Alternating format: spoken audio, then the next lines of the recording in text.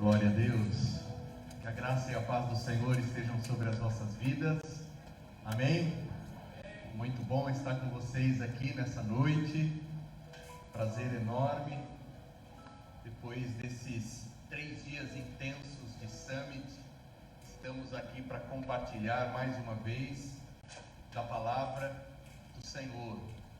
Eu convido os irmãos a abrirem suas Bíblias em 1 Pedro capítulo 2, versículo 9. 1 Pedro capítulo 2, versículo 9. E o que eu aprendi recentemente é que se eu tirar o óculos eu consigo ler a letra pequenininha da Bíblia, senão fica tudo embaçado. 1 Pedro 2, versículo 9, diz assim a palavra do Senhor: Vós, porém, sois raça eleita, sacerdócio real, nação santa, povo de propriedade exclusiva de Deus, a fim de proclamardes as virtudes daquele que vos chamou das trevas para a sua maravilhosa luz. Vós, porém, sois raça eleita, sacerdócio real, nação santa, povo de propriedade exclusiva de Deus, a fim de proclamardes as virtudes daquele que nos chamou das trevas para a sua maravilhosa luz. Amém. No mês de outubro nós temos sido convidados a pensar a nossa liderança, o nosso modelo de liderança, a nossa vida de liderança no reino de Deus, para a glória de Deus. E para isso nós fomos sendo convidados a refletir na Bíblia em bons e maus exemplos de liderança. Mas sejam bons, sejam maus, esses exemplos, quando se colocam na presença de Deus, têm todos eles esperança, porque Deus é aquele que nos socorre nas nossas fraquezas. E mesmo aqueles inícios com contratempos e contragostos podem se tornar, na mão de Deus, um instrumento de testemunho de transformação. E foi assim que a série foi iniciada, a partir de uma reflexão na vida de Jacó, aquele que puxa pelo calcanhar. Tem coisa pior numa liderança do que um líder que está puxando o outro pelo calcanhar? Mas nas mãos de Deus e numa história de vida com Deus, este homem que puxa pelo calcanhar se torna príncipe de Deus. Este homem que usa artimanhas para ganhar, consegue se expor, aprender e trazer das marcas de sua vida um testemunho de transformação. Porque Deus é assim. Não importa como iniciamos, importa é encontrarmos nele um caminho. E o líder que faz diferença é aquele que encontra em Deus um caminho. E ao longo do mês nós fomos ouvindo a respeito da palavra, e nesses últimos 3 dias nós vimos intensamente diferentes perspectivas sobre liderança, mas todas de uma forma muito intensa, mexeram com as nossas vidas.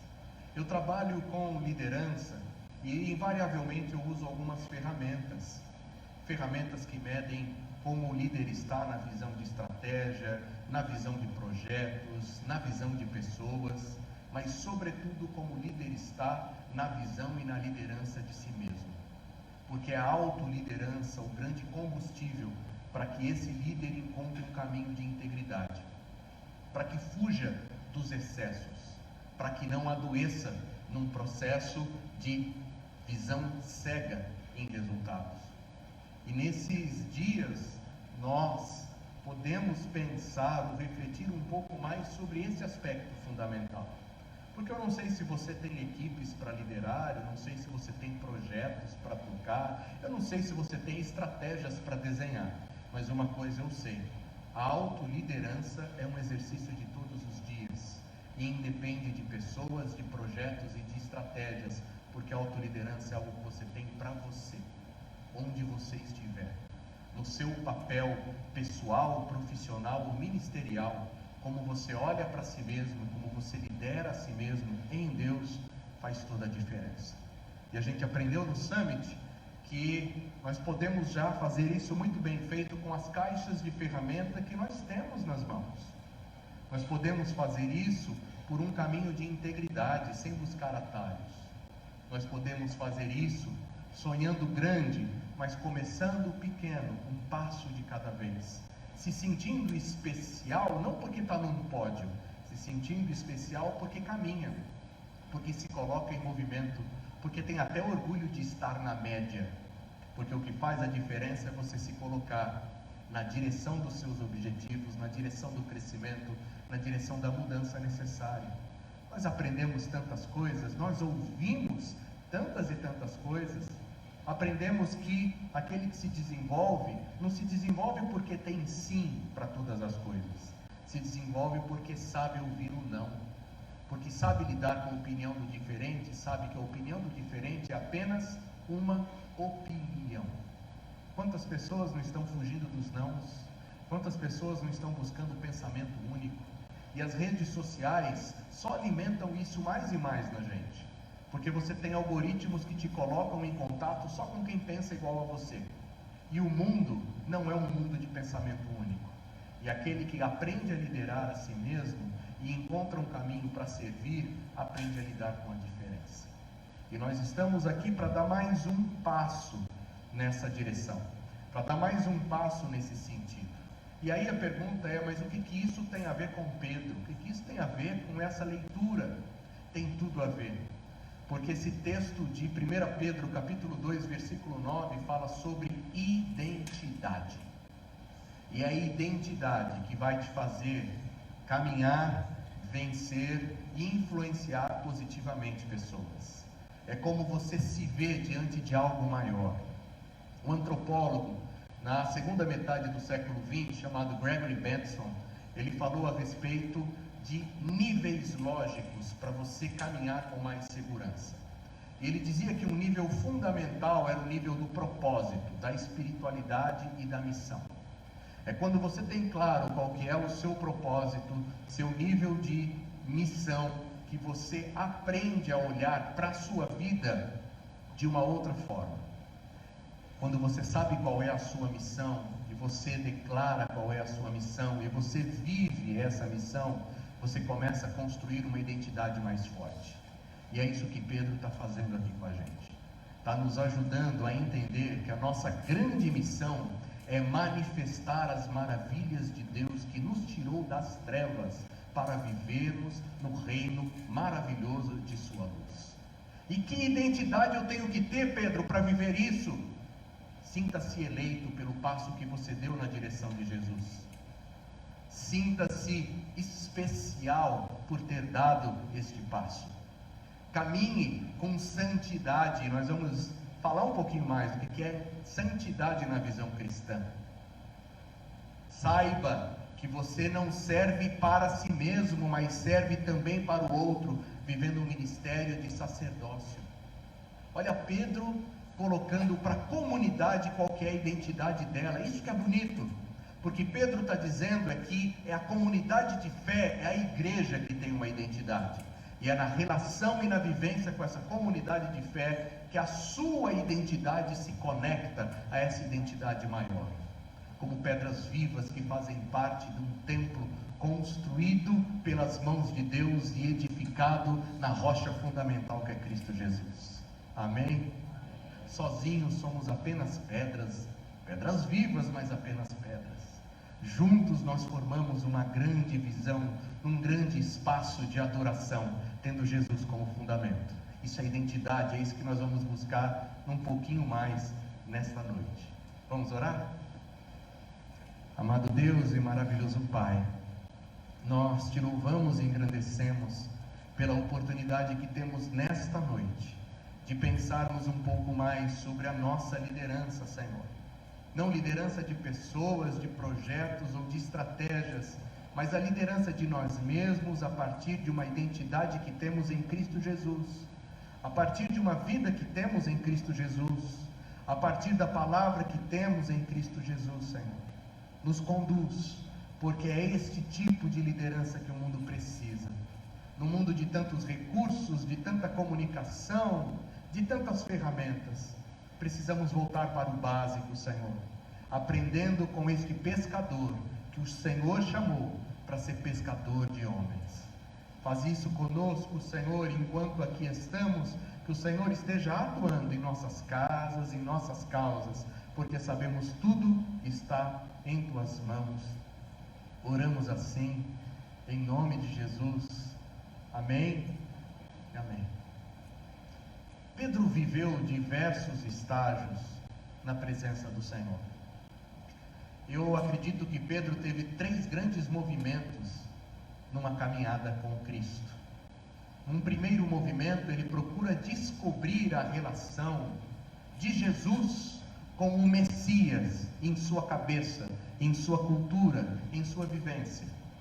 Ele ouve a voz do Senhor Jesus, ele segue o Senhor Jesus, e ele vai aprendendo que Jesus é muito mais do que o conceito que ele tinha a respeito do Cristo, a respeito do Messias. E muitas vezes ele fica até confuso, como nós ficamos confusos, quando a gente entra na presença de Deus com uma imagem pré-concebida de Deus, e começamos a descobrir que Deus não está limitado às nossas imagens, que Ele é muito maior do que elas, e que Ele tem caminhos diferentes para ensinar cada um de nós, porque Ele é Deus.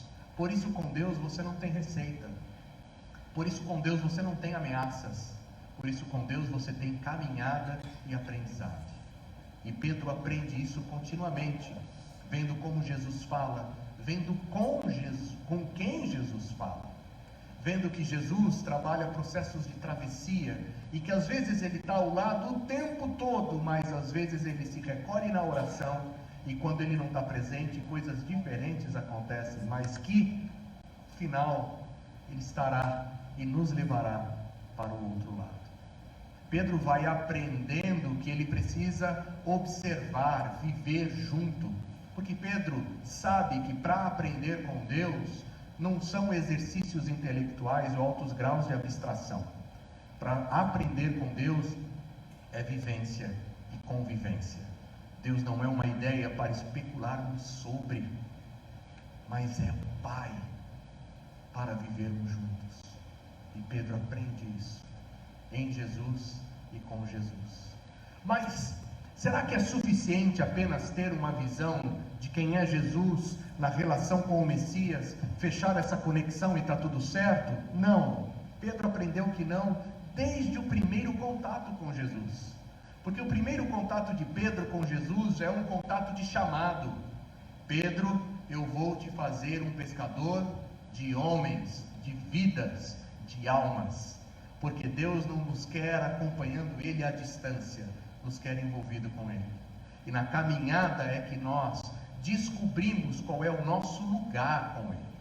Os nossos lugares não são determinados por homens, por mulheres, por estruturas. Os nossos lugares são encontrados, são descobertos, é na caminhada e é na vivência. Não é na observação, mas é na ação que você vai aprender o seu lugar na presença de Deus. Haviam discípulos mais capacitados que Pedro, mas o Senhor sabe usar cada discípulo no lugar certo e no momento certo, não visando resultados, mas visando uma mensagem de inclusão e de transformação de cada um de nós. Talvez o mais preparado dos discípulos fosse Judas, mas foi justamente o que traiu Jesus. E Pedro, com sua precipitação, com o seu jeito de ser, foi porta-voz da primeira mensagem pós-Pentecostes. Porque ali você já vê não um Pedro que aprendeu sobre Jesus em relação a ele ser o Messias, você vê um Pedro que não apenas se encontrou no lugar desse caminhar com Jesus como Messias, mas é um Pedro que agora consegue falar de sua experiência para comunicar, influenciar e abençoar muitas vidas que estão sedentas por uma resposta. Porque é assim que nós fazemos. E vocês lembram quem estava aqui ontem? O visionário é aquele que vê longe, mas o líder visionário é aquele que ajuda os outros a verem longe. Eu diria que o cristão não é apenas aquele que tem uma vida transformada, mas o cristão é aquele que vê a transformação na sua vida e se empenha para ver transformação na vida das pessoas. Por isso que o cristão não fica acomodado a um lugar para si mesmo, um banco.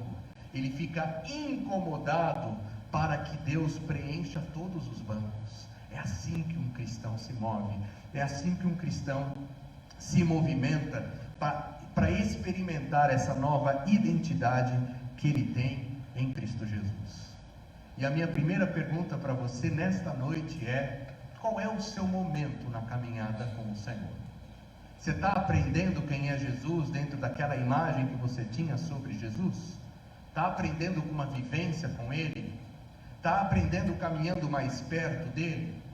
Qual é o seu momento? Você está descobrindo qual é o seu papel no reino, para ganhar vidas, para influenciar pessoas, para abençoar vidas, para converter almas para a glória de Deus?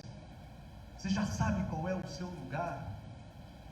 Tem lugar para todos. Ou você já tem essa experiência com Deus, já sabe qual é o seu lugar e já está se movimentando? Porque os movimentos de Pedro foram fundamentais para o crescimento da igreja. Pedro, no capítulo 1, está orando ao Senhor. No capítulo 2, está pregando para multidões. No capítulo 3, está operando milagres na vida de uma pessoa. Porque quando a gente caminha com Deus, pode estar no meio de muita gente ou pode ser com uma só. Você tem a mesma entrega, o mesmo empenho, a mesma paixão. O Pedro, que já tinha pregado para multidões, é parado para socorrer um paralítico que está pedindo dinheiro. E ali um grande milagre é operado. Eu não tenho ouro, não tenho prata, mas o que eu tenho eu te dou, levanta e anda. É um Pedro encontrando o lugar dele e fazendo diferença com esse lugar. É um Pedro que no capítulo 4 vai ser preso, mas quando é solto diz o seguinte: eu não vou me calar, porque importa obedecer a Deus e não a homens. É um Pedro que não troca essa comunhão e essa certeza do lugar dele no reino por nada neste mundo. Mas é um Pedro que sabe também manter uma seriedade diante da comunidade do Espírito Santo, porque foi diante de Pedro que Ananias e Safira sucumbiram. Capítulo 5.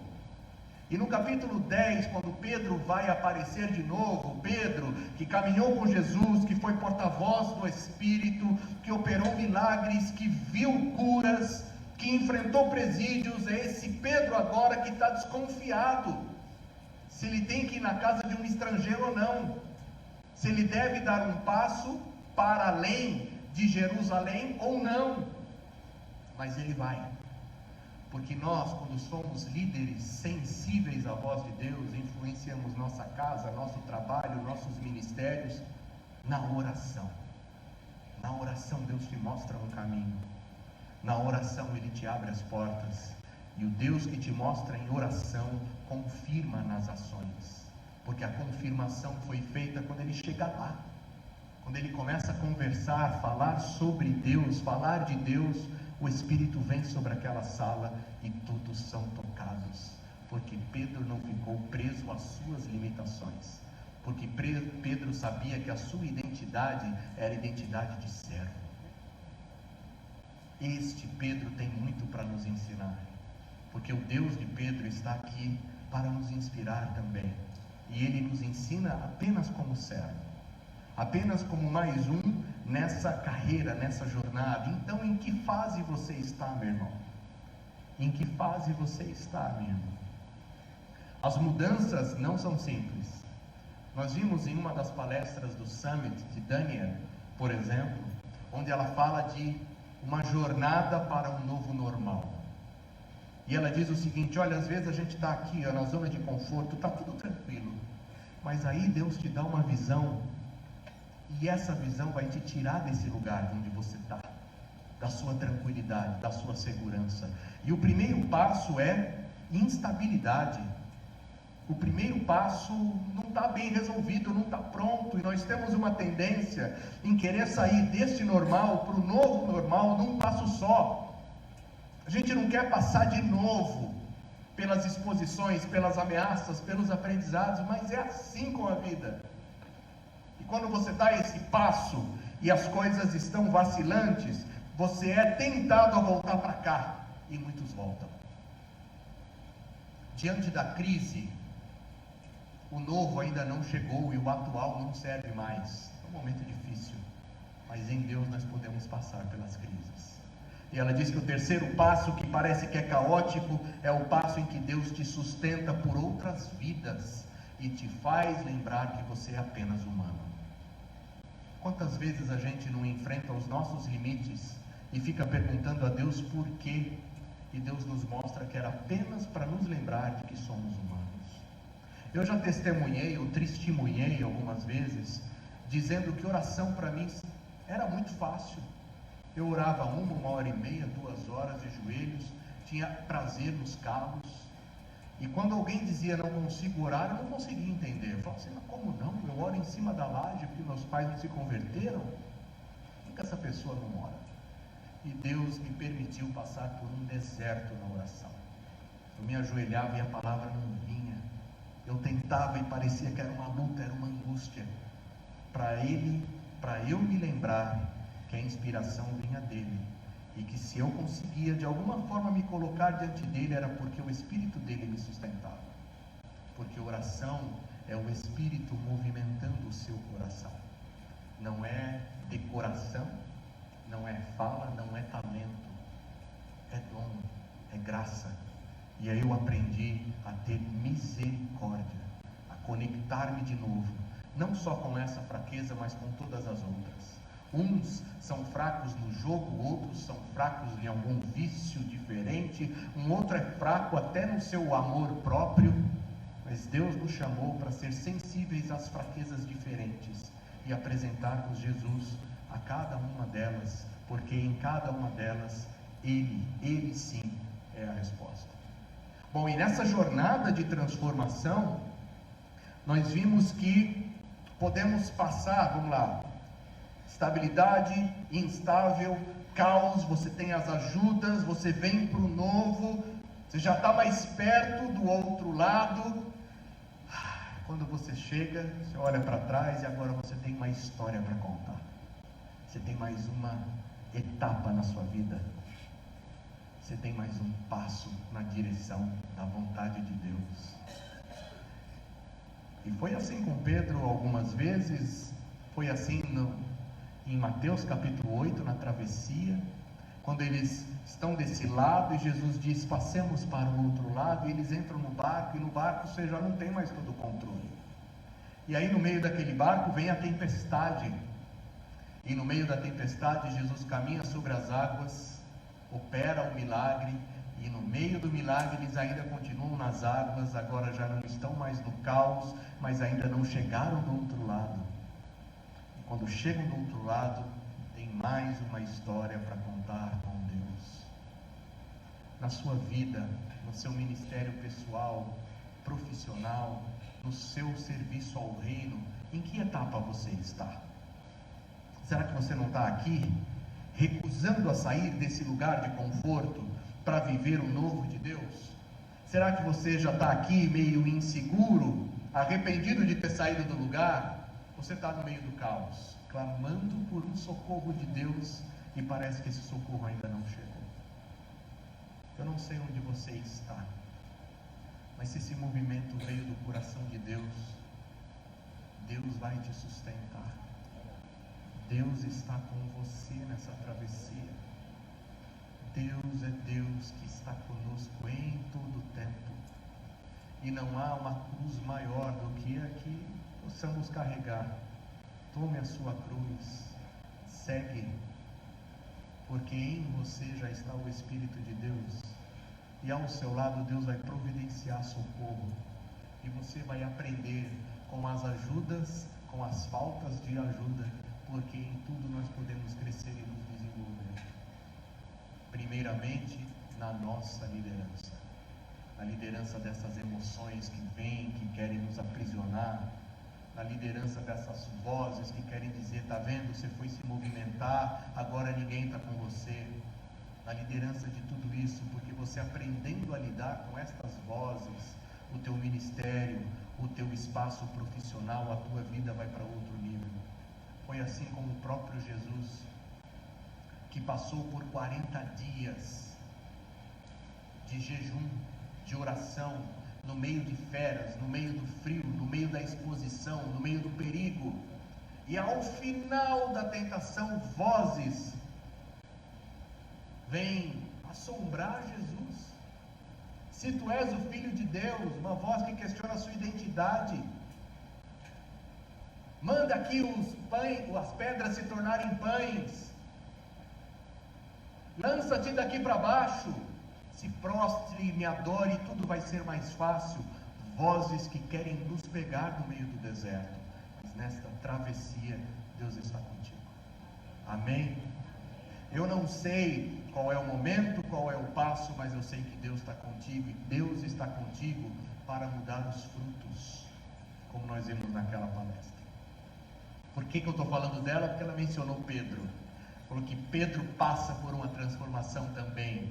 Pedro, para pregar para os gentios, para os não-judeus, teve que sair da sua zona de conforto para viver um novo normal. E esse Pedro que viveu isso no capítulo 10 de Atos dos Apóstolos, foi testemunhar sobre isso em Atos 15, ajudando Paulo no ministério com os gentios, dizendo assim: olha, vocês estão falando que Paulo está fazendo umas coisas diferentes, deixa eu falar, porque essa coisa diferente começou comigo, e é de Deus. Passamos por experiências para apoiar outros em suas experiências. Passamos por experiências para melhorar o fruto que estamos gerando na presença de Deus. E talvez para entender melhor os seus resultados, você tenha que dar um passo atrás para ver quais são as ações que estão gerando esse resultado. Talvez você tenha que dar um passo atrás para ver quais são as emoções que estão te levando a essas ações. Talvez você tenha que dar ainda um passo atrás, ver quais são os pensamentos que estão gerando essas emoções, que estão gerando essas ações, que estão gerando esses resultados. Ou um passo ainda mais atrás, dizendo quais são os valores mais fundamentais aqui. Aquelas experiências que querem te aprisionar, que estão fazendo você pensar coisas tão estranhas, para sentir coisas tão complicadas, para ter ações tão desencontradas e resultados tão esquisitos.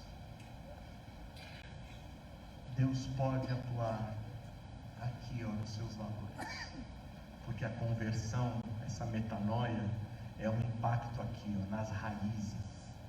Deus amplia as nossas visões. E líderes que são líderes e se dizem cristãos, estão enraizados em coisas diferentes, porque não passaram pela conversão. Porque a conversão muda a raiz. E é mudando a raiz que você vai ter um fruto diferente. Amém? Bom, então eu pergunto para você, que tipo de fruto nós vamos orar para Deus começar a mudar? Que tipo de fruto nas nossas relações nós vamos orar para Deus começar a atuar nesta noite? Daqui a pouquinho nós vamos orar, porque nesse modelo, nesse caminhar, nesse espaço onde nós temos Pedro como referência, onde nós temos toda uma jornada de transformação, é Deus o nosso fundamento. Ele.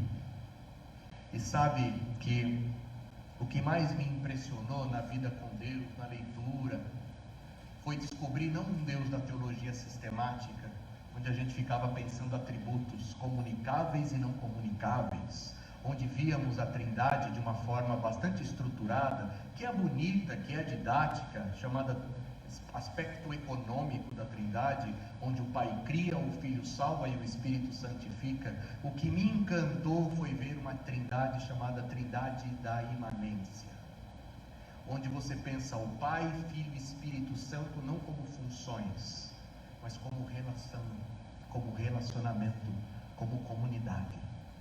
E ali eu aprendi que o Deus cristão é o único Deus que se relaciona consigo mesmo, que é completo em si mesmo. Porque outros modelos, o Deus está isolado, ou Deus está brigando contra os deuses. Esse é um Deus, e é um Deus que é comunidade. E é um Deus que é completo na sua relação de amor. E quando cria, cria por generosidade. Deus não necessita criar, mas Ele cria. Deus não necessita se relacionar, mas Ele se relaciona. E o que isso tem a ver comigo e com a minha liderança? Eu não sou movido por necessidades, eu sou movido por generosidade. Eu não venho na igreja para receber, eu venho na igreja porque no modelo comunitário de Deus eu posso doar. Eu me relaciono, eu escolho me relacionar. E Deus, na escolha de sua relação, Ele cria, Ele resgata, Ele tem intimidade. E eu quero pensar um pouco sobre isso aqui com a gente. Porque muitos dão a ênfase a um Deus Pai, numa figura de autoridade, ao Deus Filho, numa figura de humanidade, ou um Deus Espírito Santo, numa figura de mover e de carismas e de dons. Mas nós precisamos de um Deus completo. É Ele no Evangelho que se revela. É o Deus presente, é um Deus que é relação. Num mundo de isolamento, onde as pessoas estão com muitos amigos, mas perderam conexão, é voltar ao básico do que é Deus que vai fazer a diferença.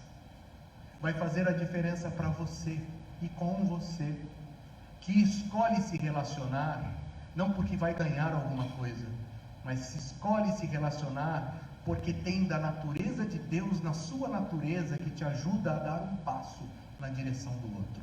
Parece complicado, mas não é. É tão simples quanto dizer um bom dia. É tão simples quanto dizer onde é que eu posso te ajudar. É tão simples quanto sair de si mesmo, das suas mágoas, dessa conversa de que ninguém faz, ninguém se aproxima de mim, para dar um passo na direção do outro e se aproximar do outro. É tão simples quanto isso. São essas ações simples que fazem a grande transformação. São essas ações muito pequenas que transformam o mundo. O mundo não foi sacudido no primeiro século por causa dos milagres. O mundo foi sacudido no primeiro século por causa do partir do pão, das orações e do encontrar-se e fazer as coisas juntas. Porque milagres são eventos isolados, mas o milagre, quando ele é visto na sua realidade, são eventos que acontecem todos os dias, no simples abraço.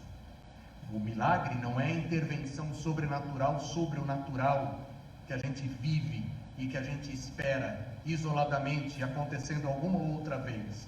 O milagre é a relação no simples e no simples encontrar sentido. Na relação simples encontrar beleza. Porque é assim que os apaixonados vivem. Quando uma ligação e o oi do lado de cá, não precisa de mais nada a não ser esse oi.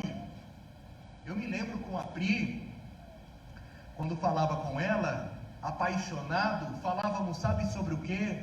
Sobre o nada. E aí, como é que tá? Bem? E você? Eu estou bem. Uma fala, como é que foi? Foi ótimo. E aí, tranquilo, foi muito bom. E ficávamos assim por meia hora. Porque o prazer não está no conteúdo, está no contato, está na interação.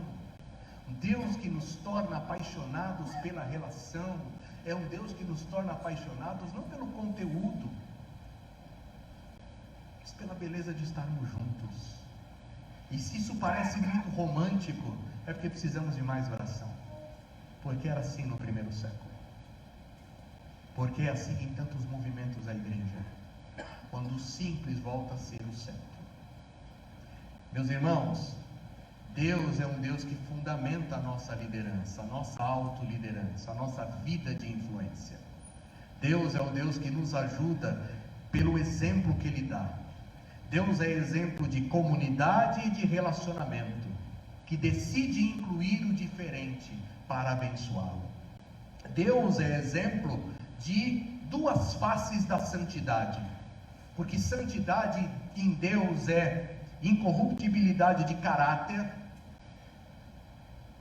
mas santidade em Deus também é mover-se na direção do outro. E eu vejo isso em Jesus de uma forma muito clara. Santidade em Jesus é integridade, é palavra acompanhada de gestos. Santidade em Jesus é obediência, é vida piedosa, devocional, oração, palavra, jejum, consagração. Mas santidade em Jesus também é se envolver com os leprosos, também é falar ao coração das prostitutas, também é incluir o publicano. E foi essa grande revolução que Lutero fez no século XVI. No século XVI, santidade era vista apenas como isolamento. Quem queria vida com Deus tinha que se enclausurar entre paredes espessas dos mosteiros. Lutero mostrou que santidade não se vive dentro das paredes dos mosteiros, se vive do lado de fora. E aí começou uma grande revolução, um sopro do Espírito, onde a santidade reencontrou o seu lugar. Uma liderança santa não é uma liderança isolada, apática, indiferente. É uma liderança que mantém a integridade, mas se aproxima do outro em caráter de serviço. E o terceiro aspecto que a gente tem em Deus é o chamado para ser sal e luz. Sabe a palavra que Pedro deu dizendo, vós sois, trabalhando identidade comunitária? Jesus deu a mesma palavra no Sermão da Montanha, dizendo, vós sois. Vocês têm uma identidade. Vocês são sal, vocês são luz. E se não viverem a identidade de vocês, vocês estão minando uma fonte de água que pode jorrar e saciar sede na vida das pessoas. Vocês podem dar tempero, vocês podem dar sabor, vocês podem iluminar, vocês podem apresentar. Vivam a vocação de vocês.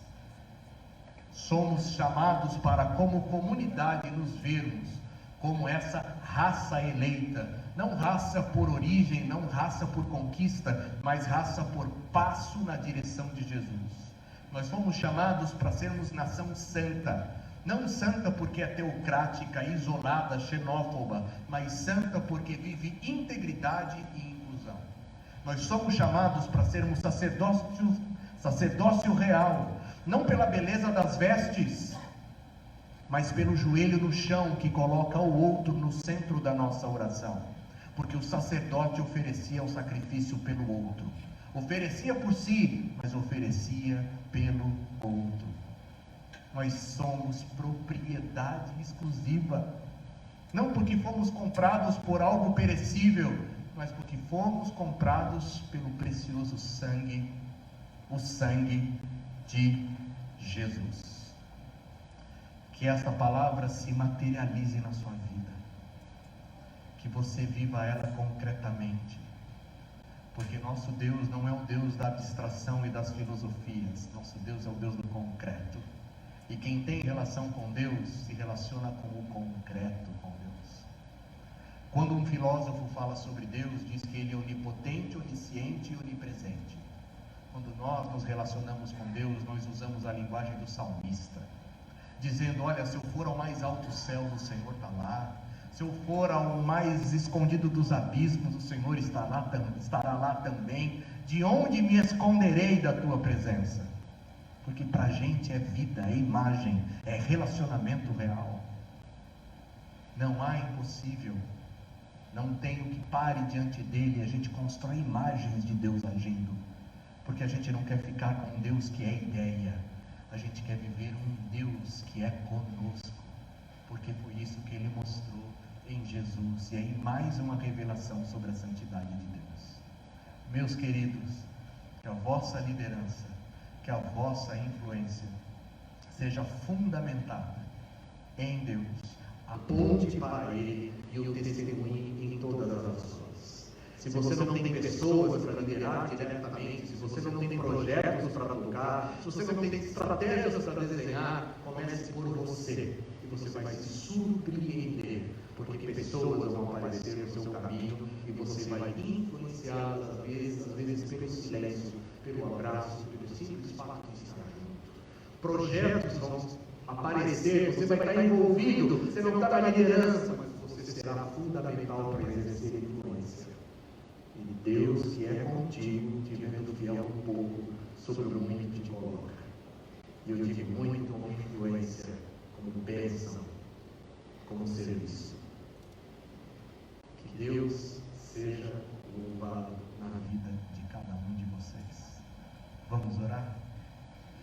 Convido você a fechar os seus olhos e pensar que momento você está na presença de Deus. Que momento é esse? Você está descobrindo Deus? Você está se descobrindo em Deus? Você está vendo espaços e oportunidades para você operar no reino de Deus? Que momento que é esse? Você está passando por uma mudança? A mudança começou, a mudança está no meio, a mudança está no final, as coisas estão instáveis, você se sente sozinho. Que momento que você está? Você muitas vezes espera apenas e não dar o passo para somar e para doar, porque acha que não tem. O que hoje você descobriu que já está na sua mão e que você pode fazer e oferecer? Amado Deus e maravilhoso Pai, nós te louvamos e engrandecemos, porque ao longo deste mês temos pensado, Senhor, na influência que podemos exercer, nos jeitos tão diferentes de ser de cada um, em que todos nas tuas mãos podem infinitamente mais. Pai, assim como o Senhor transformou aquele que puxa pelo calcanhar num príncipe do Senhor, que assim o Senhor nos transforme também. Assim como o Senhor fez de Pedro não apenas um pescador de peixes, mas um pescador de homens, faze-nos, ó Deus, pescadores de almas também na tua presença.